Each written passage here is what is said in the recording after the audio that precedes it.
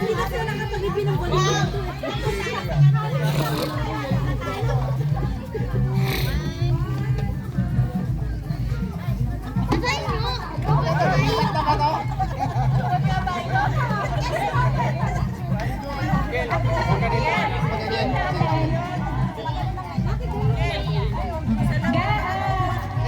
Sa bawat member, merong letter na tapat likod.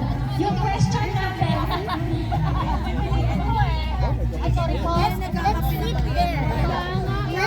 Let's play something. Sige, makinig tayo, makinig muna natin yung nagpapasok para makapintindihan tayo. Harap likod na.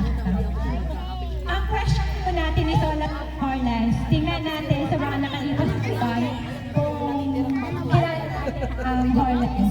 So, may question and then kailangan yung spell out yung sagot gamit yung mga letters sa harap at likod ninyo. So, magbibigay tayo ng isang exact point. At ang sagot pala ay English. Ang pag nag-spell out. Okay, gusto niyo po ba ng sample muna? Okay, sige. Meron tayong sample. Okay, ready? Una, ito ang nakakabot nyo doon sa word. Sa answer sa word. Straight line lang. Okay. Ready? Bilang ng elder sa Horland. Go!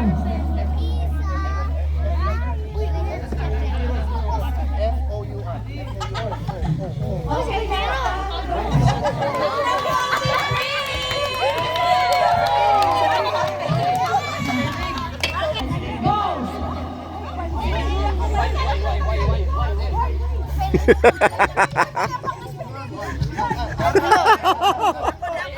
Check ang spelling dyan, ha? Spelling wrong.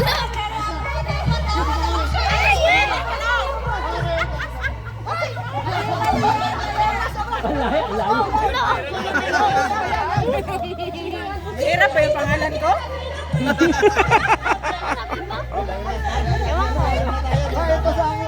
Ay, marami ako.